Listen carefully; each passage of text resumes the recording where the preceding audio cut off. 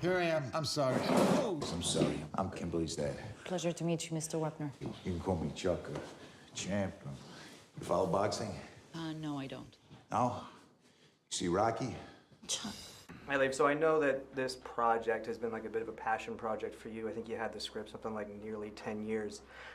I'm always fascinated by the miracle to get a movie from development to shooting and to actually getting it into theaters. So tell me about that struggle, and what was one of those moments where you might have said to yourself, I don't think this movie will ever get made. What did those moments look like? I think it came to me initially because Mike Tolan knew that I was a boxing fan. And I was also a fan of Jeff Furtzig, who had done their first script, and we had talked about doing some other stuff together.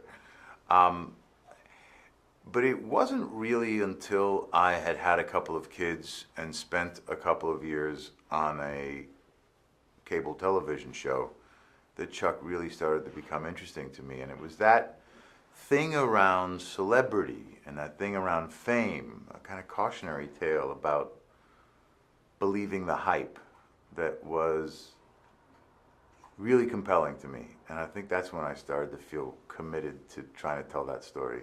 You know, when you become an actor or an athlete or anyone who enjoys a certain level of success and recognition, I think people really wonder what's that like. And it's so much more complicated than I think people know. And this was an opportunity I felt to kind of show some of that in a really compelling and amusing and important way. You don't know me. You don't. Chuck Wepner. Well, you do know me, but you don't know you know me. Once upon a time, I was the heavyweight champ in New Jersey. Well, let's address that.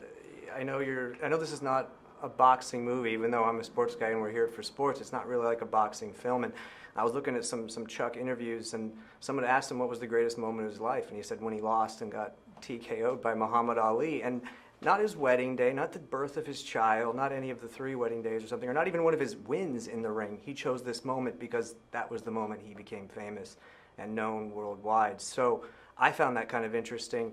For you, if I asked you what was, your best moment of your life, and then secondly, what was that moment for him when he lost Ali? What was that moment when you finally realized you had reached fame and success?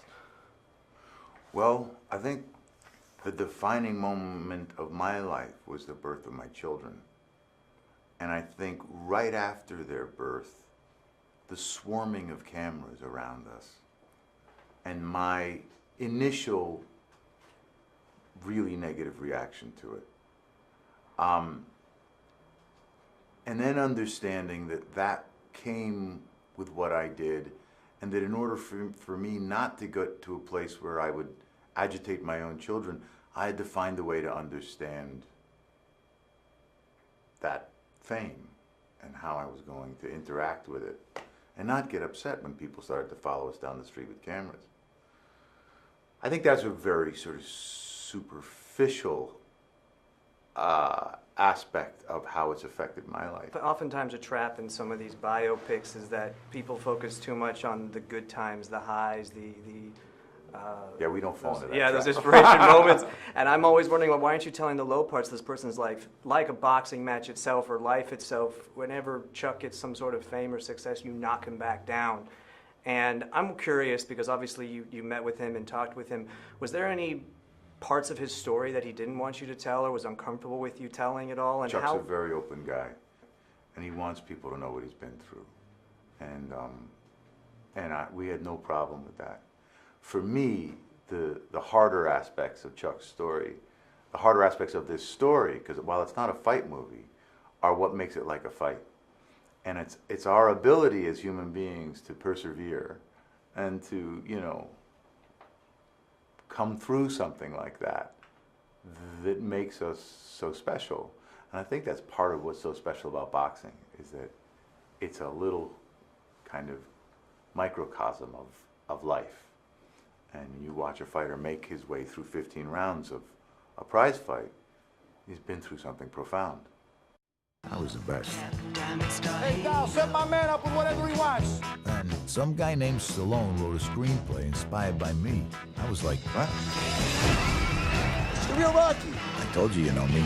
A real Rocky. Man, everything's gonna be different now, baby.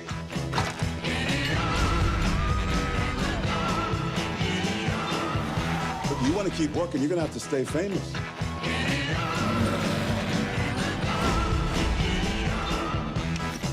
More to you than meets the eye, Chuck Wepner.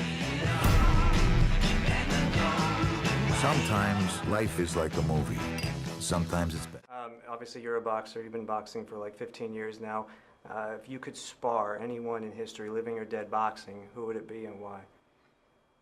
Anybody. Anybody. I don't know. I mean, Spar. Hopefully, you're not going to get too Spar, hurt. so you know me. I'm not much of a boxer, so somebody very short and old, I think, would be awesome. Because I like everybody. I like to win. Now, I know you worked with your sparring partner Pooch Hall in this movie, who played Ali. That's why it was kind of the realistic aspects of the boxing match itself.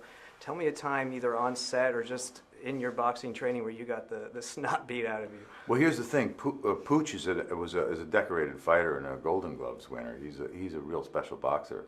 So, and part of my idea behind making a boxing film is, you know, you have to make contact.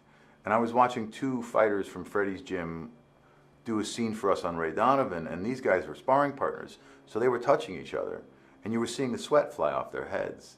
And I thought, this is great, we should choreograph a fight like that.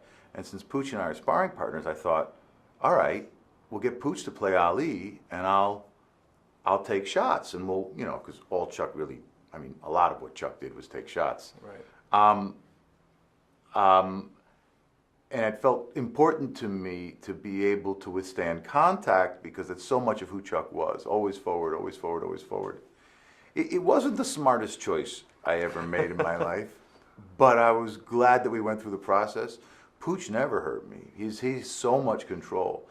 It was one guy I had to box with who played Hinky in Bulgaria, because we shot the fight scenes in Bulgaria, he really didn't understand the whole concept of punching the actor, and was perhaps not as refined at it as the amazing Pooch Hall. He knocked you down, I'm assuming. Oh, he smacked me right in the face so many times. Look at you, like he's your girlfriend. Come on, just push the button.